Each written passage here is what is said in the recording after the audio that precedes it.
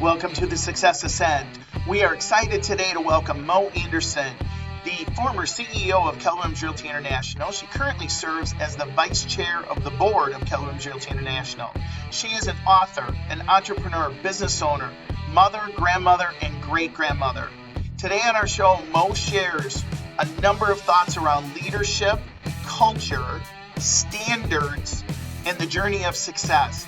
Ladies and gentlemen, I know you won't be disappointed. So on to the ascent, the Success Ascent. So excited to be with you today, and I am truly grateful to have a guest with us who has certainly had an impact on my life, both personally and professionally. An amazing woman, accomplished.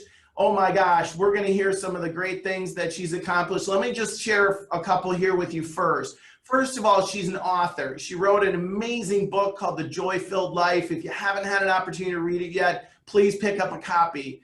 She's also currently the Vice Chair of the Board of Keller Williams Realty International and the former CEO of Keller Williams Realty International. Now, when she was the CEO, she took our company on an amazing journey, amazing trajectory, and she's going to talk about that today, I'm sure. We're going to talk about culture, and we're going to talk about leadership. So what I'd like to do is I'd like to welcome Mo Anderson. Hi, Pat. I'm so excited to be with you today. I'm really, really excited.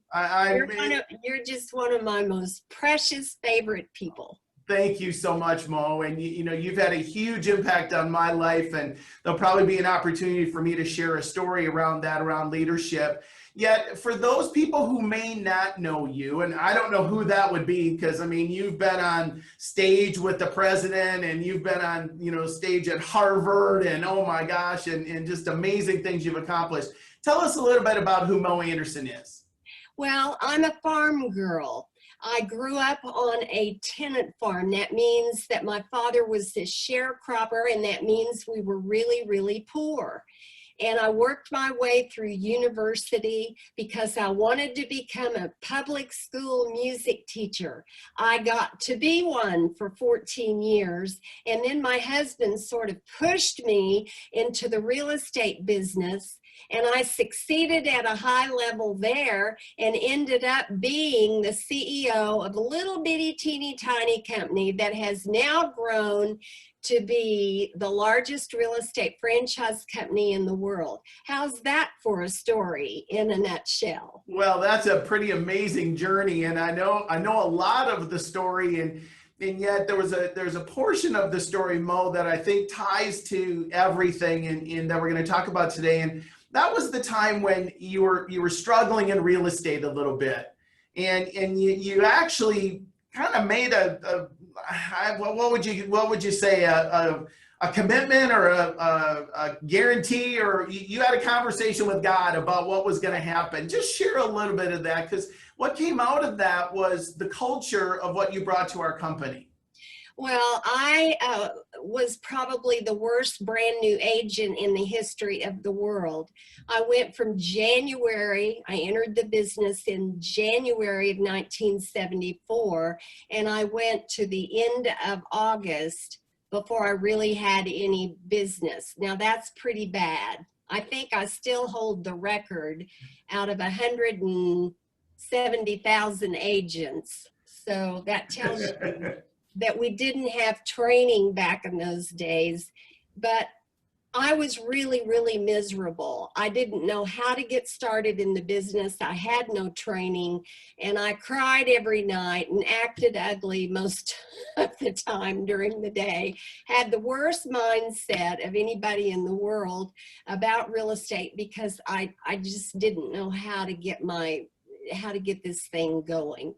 I knew how to teach music in schools. I did that really well, but I didn't know how to really begin having your own business under the umbrella of a broker in real estate. So one night I prayed, because I'm a Christian and prayer is a real important part of my life. And I talked to God, Pat, kind of like I talked to you. Yep. And I just said, God, I'm sick of this. I'm tired of failing. I'm absolutely miserable. I cry every night. My family can't stand me. So here's the deal. And it's a wonder he didn't strike me dead with lightning or something. But here's the deal. I want 3 transactions or I am out of here. I'm going to get my master's and I'm going to go back into teaching.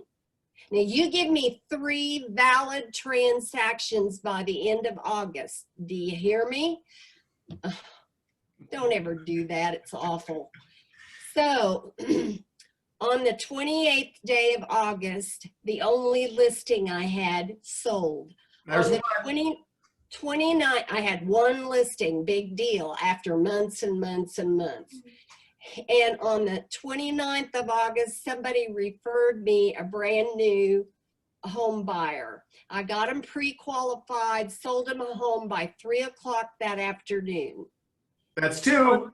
That's 2. And that began to create hope in my heart. Yep. Because I really didn't want to fail. I had never failed at anything before, and I didn't want to fail. On the 30th day of August, nothing happened. I had no listings. I didn't know how to lead generate worth anything.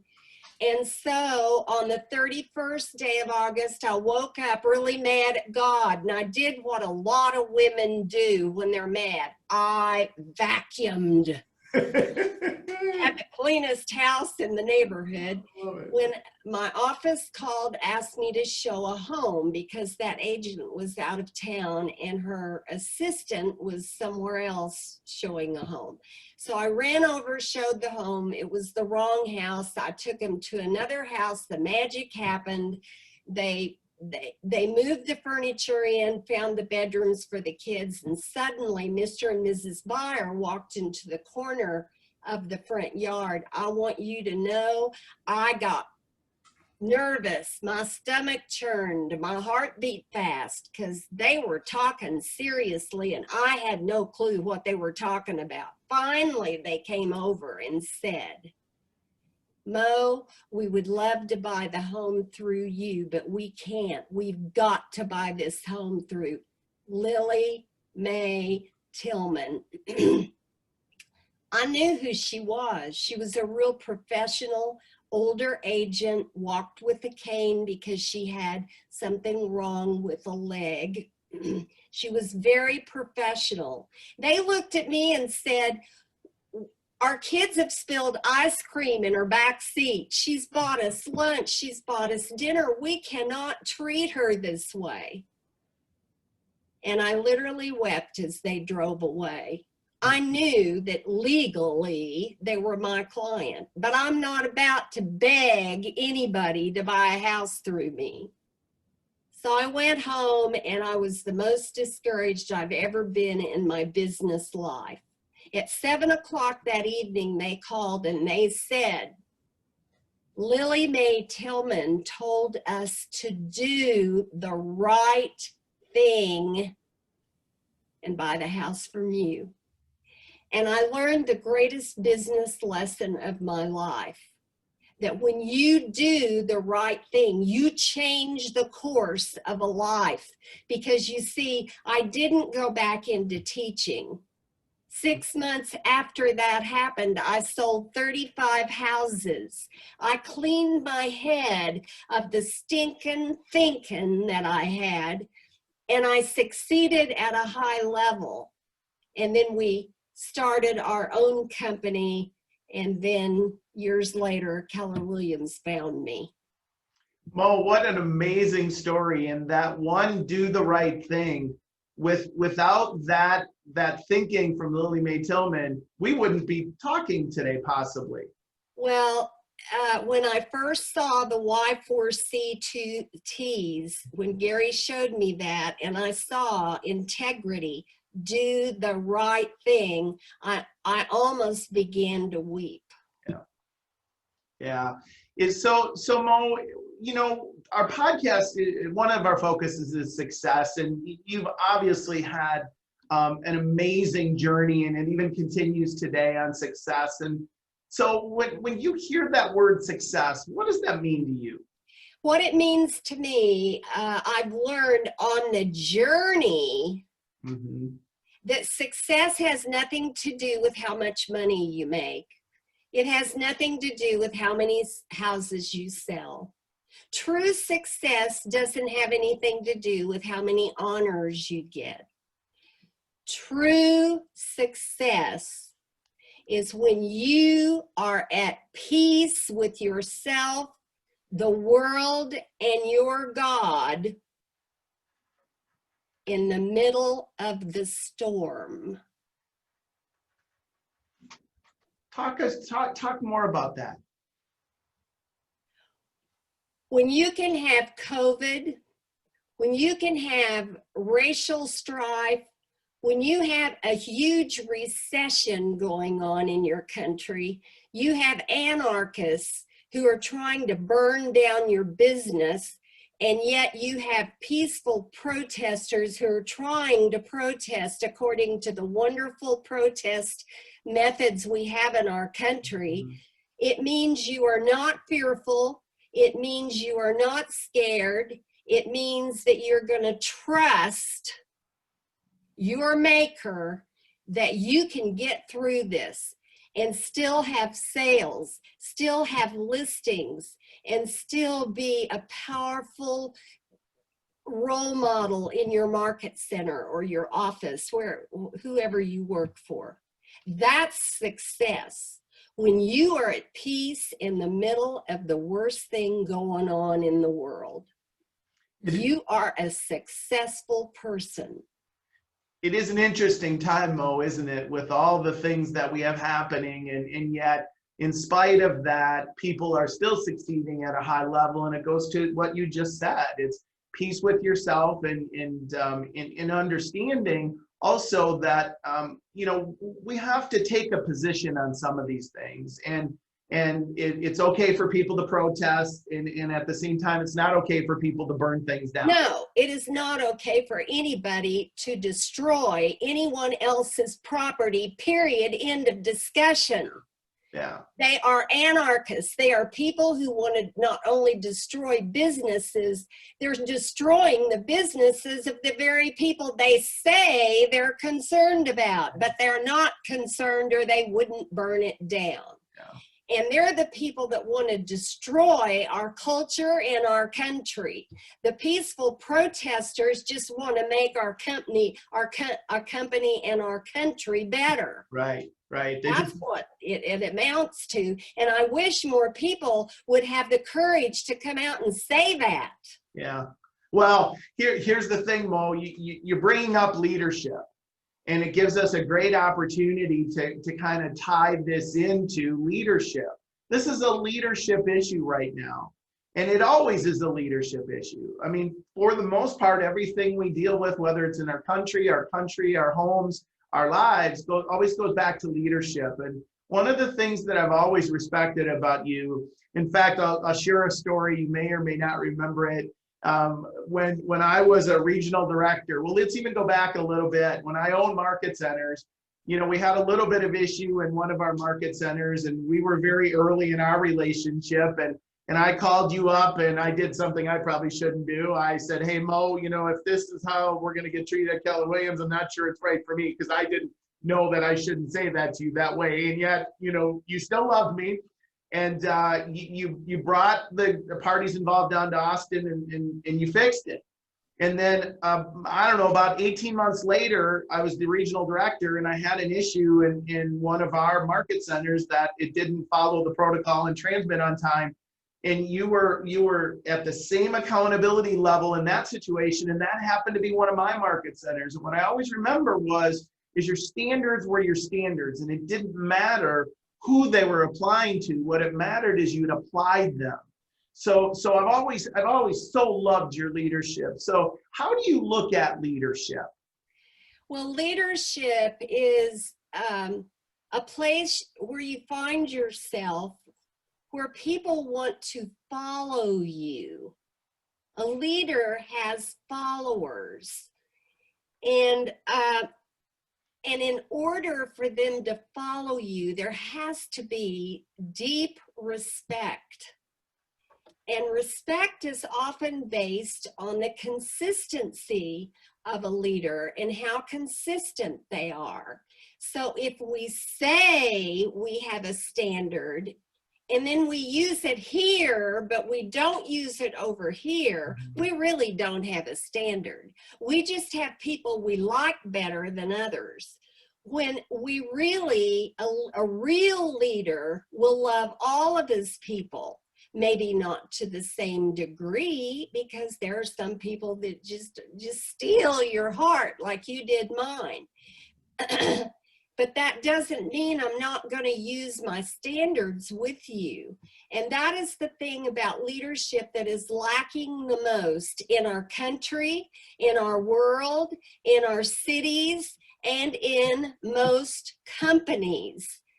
What are your standards? And see, this is why I tell people, if you really want to be a great leader, you have got to delve deep into your faith, because your faith is what gives you your values, and your values are what helps you establish your standards. You get that? Oh yeah, absolutely.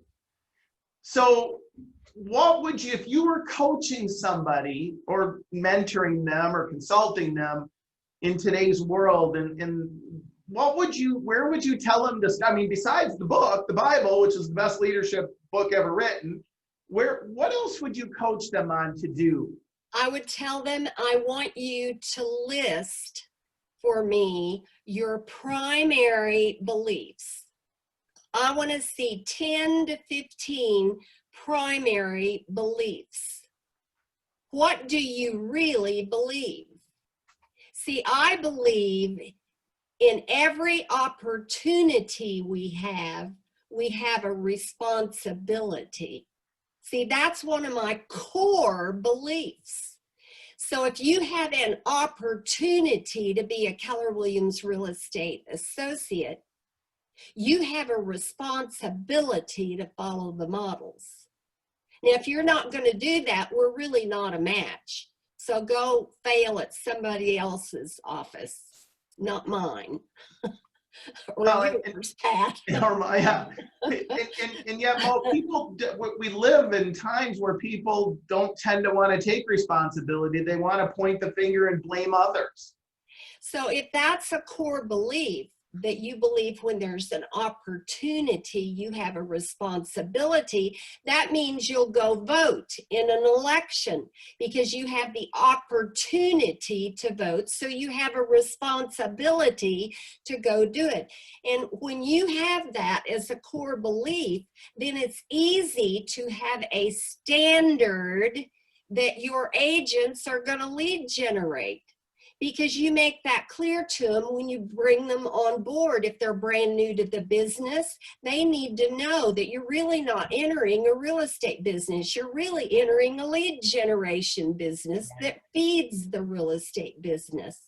And so if they have this horrible aversion to it, well, go let them fail at somebody else's office, because we're just setting them up for failure if they're not willing to pick up a telephone and make calls, and they're not willing to go to a subdivision and leave information flyers and so on and so forth, or go to a civic club to see how many people they can meet.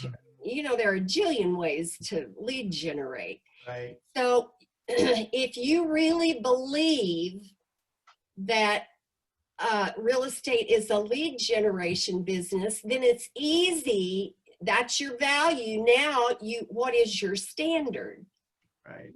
And see, you know, you tied two words together, opportunity and responsibility. And that word responsibility, it comes with a lot of obligations. And yet most leaders struggle in that area of holding that standard, because they either want to be liked, they want to be popular. And yet one of the things, Mo, that I've always just so respected about you is that you seem to be able to separate them. And I'm going to use words and it may not be right, and yet you seem to still love the person and apply the standard and responsibility. And I just think that's so hard to find in leadership.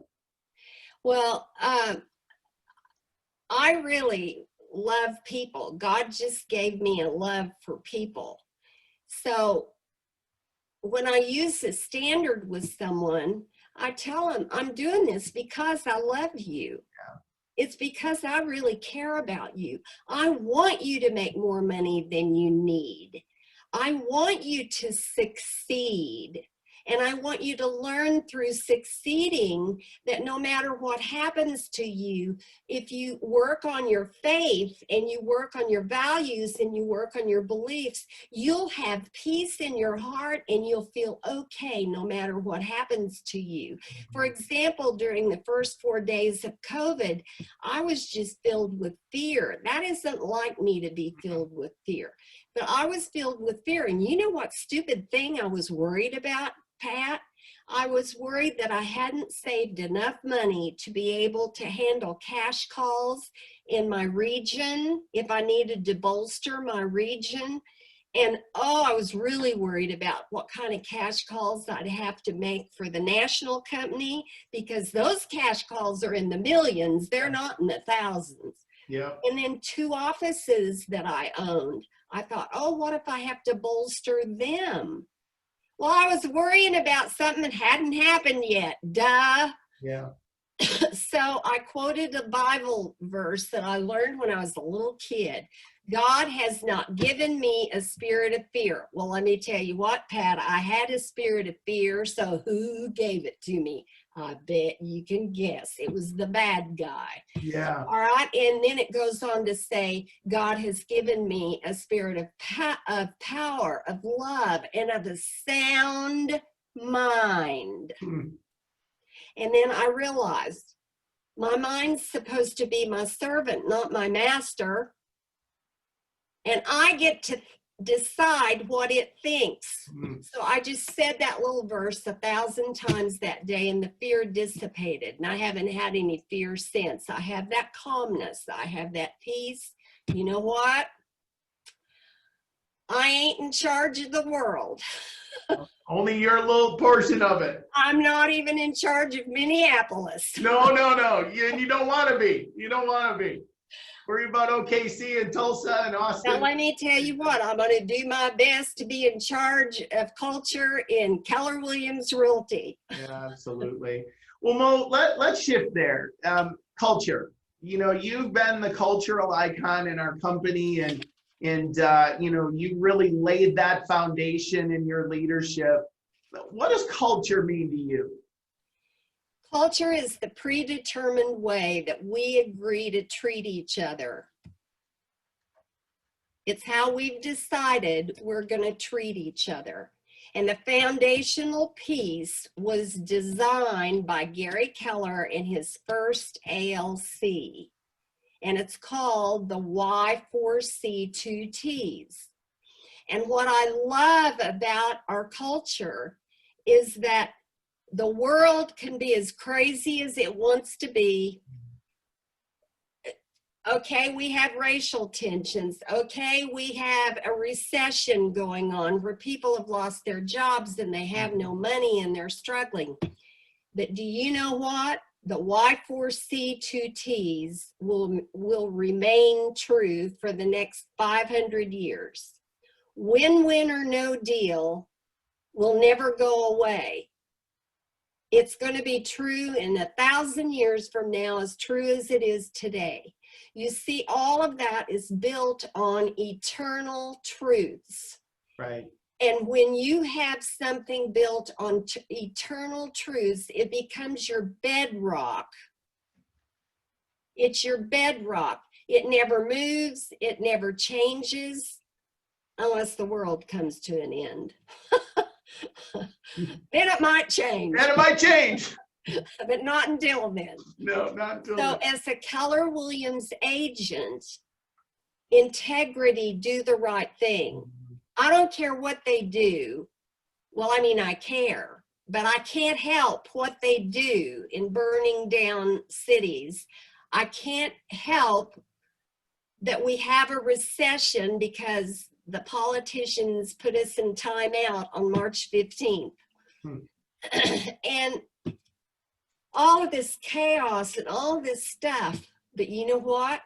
I have my Keller Williams culture, and it will never change. It can always be taken up a notch, and it can always be improved, but it will never change. The bedrock will never change. We can dig the spears deeper that go down into the bedrock, but it won't change. And that's why it's so wonderful that we're adding the Equality Committee. Hopefully they'll have the vote and they'll add that in each market center, because that just means we'll go up a notch. Right, right.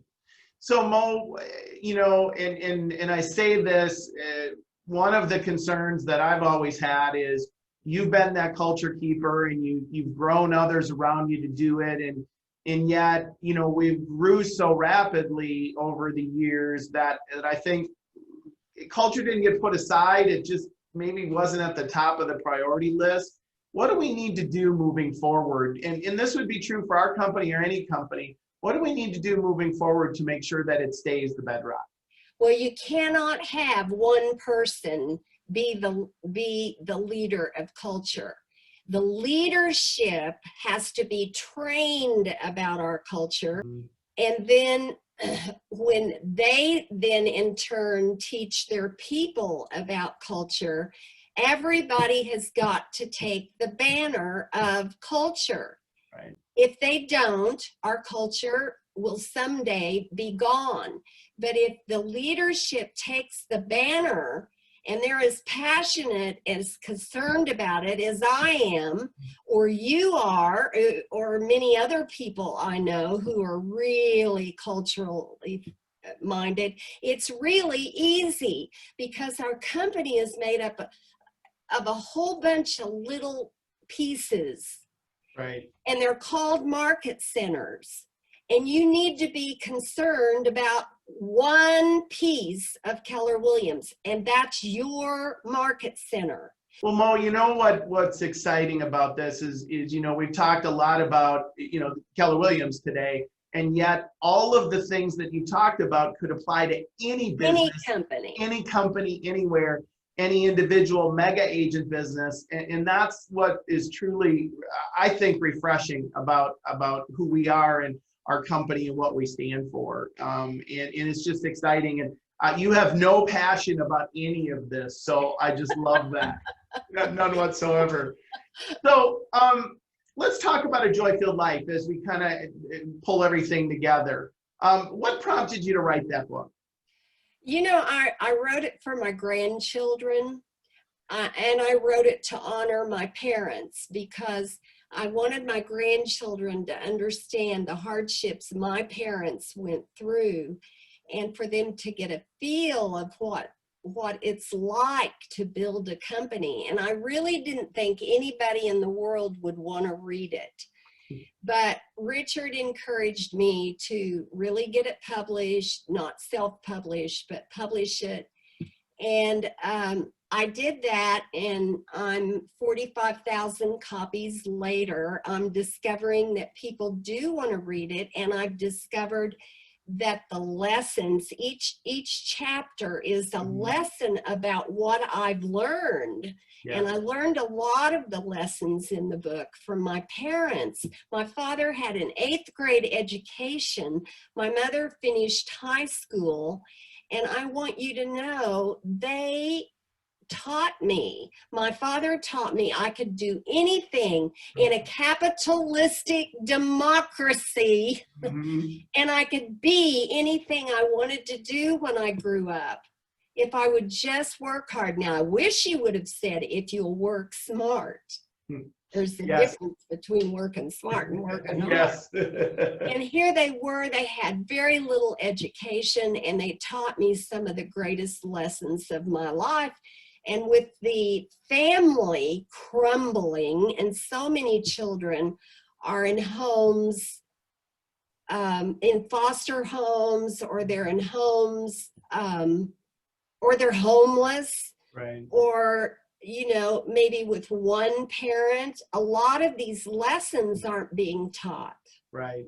And I just love it when I hear a team leader has a Joyfield Life little book club going, because she wants to make sure the associates have these life lessons that they can teach their own children, because so much of what we need to teach our children is on our backs. Right. We have to teach our children about our founding fathers and how our country was created and what they intended, because we have so many people who want to destroy all of our cities and towns. Yeah, it truly is amazing as to some of the things that are happening. What book are you reading right now? Any book? I always like to ask my guests if there is a particular book they're reading right now. Well, I actually am not reading that many business books right That's now. okay. My whole life I've read business books. So I'm reading other books. Okay. And I've read a whole bunch of them that have been wonderful, but I always leave with everybody that I talk to, don't forget The Dream Giver by Wilkinson, Love because that. it is one of the greatest books you'll ever read to stimulate you to dream. You'll learn about dream bullies in the book, and you'll learn about dream buddies. And because we still have our country, at least pretty much, and the American dream is still alive, I don't care what they say, it is still alive. And I'm seeing Keller Williams real estate agents reach their impossible dream because of what they've learned in our company. And nobody can convince me it isn't still alive, because I'm watching it with thousands of people. And that book needs to be discussed around the family dinner table with your older teenage children, and maybe even your mid-age children, you know, 12 and 13-year-olds possibly, because it is just a thrilling book to get your child to dream. I love that. I love that. So that's a great, I love that recommendation, Mo. That's awesome. So what would you say, what would be your final thoughts to share with us? I mean, you've shared so much. Oh my gosh, I have 2 pages of notes, and I'll go back and I know I'll add more. What would your final thoughts be to us on any topic, anything? Well, I probably go back to culture and say this: if you, in any company you own, you've got to have a couple of foundational pieces for your culture. And ours is this little list of things like win-win or no deal, integrity, do the right thing, customers always come first, and so on and so forth. In that little list, we define success is building through others, not building around others, but building through others. And trust begins with honesty, teamwork, together everyone achieves more, et cetera, et cetera. So whatever your foundational pieces are, here's the truth. It's important to show them to every single person that you are interviewing. And I relate to us because that's what I know well. But these 2 pieces we have, this little sayings, and then the other piece is God and family first, and your business second.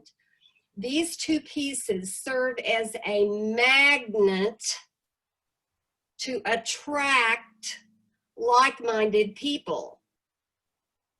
Because you see, it's been my dream to build a team or an organization of people from every country in the world, every color in the world, every different political view in the world, every different religion in the world, and show the world that you can take this diverse group of people, and if you have a predetermined way that you've decided you're going to treat each other, you will have power you have no idea you could have.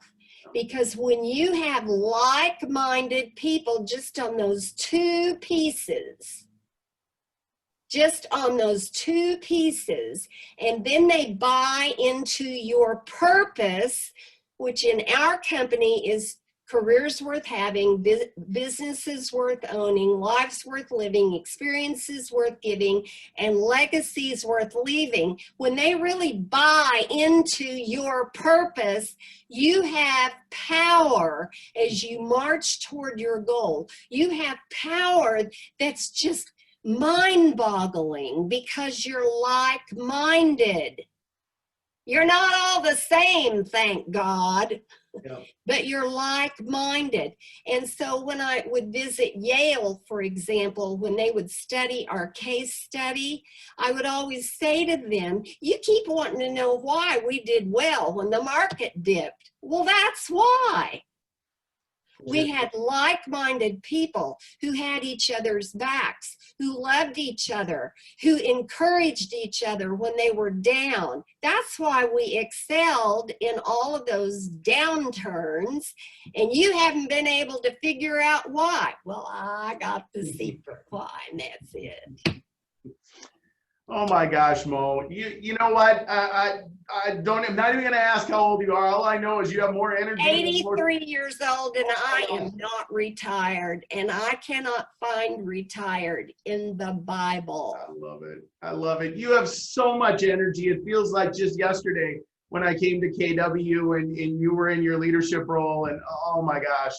What a treat. What a treat today, Mo. I just want to tell you, first of all, how grateful I am to have had the opportunity to have you share today and all the things that you shared. And you are such a cultural icon, a leader, an amazing human being.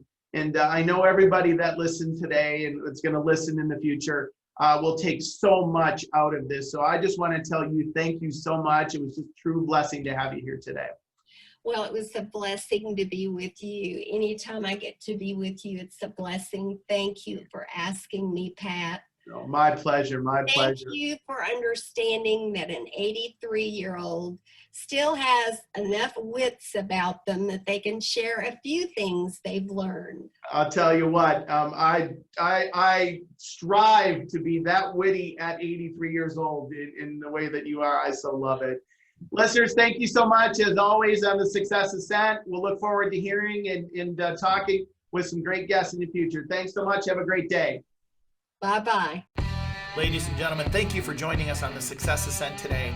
Today, we speak with Linda McKissick, successful author, business owner, entrepreneur, and much, much more. I took 4 pages of notes during our interview. 2 I want to share with you right now. First, she says your greatest crisis, if you wait long enough, becomes your greatest blessing and wakes you up. Boy, is that appropriate today. And then she shares the secret formula for success. I have to share with you, this was an amazing interview. We're excited and we look forward to you enjoying it as well. On to the... If you've not yet subscribed, please go to your favorite podcast source and subscribe to the Success Ascent, or simply go to www.thesuccessascent, and that's ASCENT.com, thesuccessascent.com. Thanks so much for joining us today. We look forward to catching you on the next Ascent.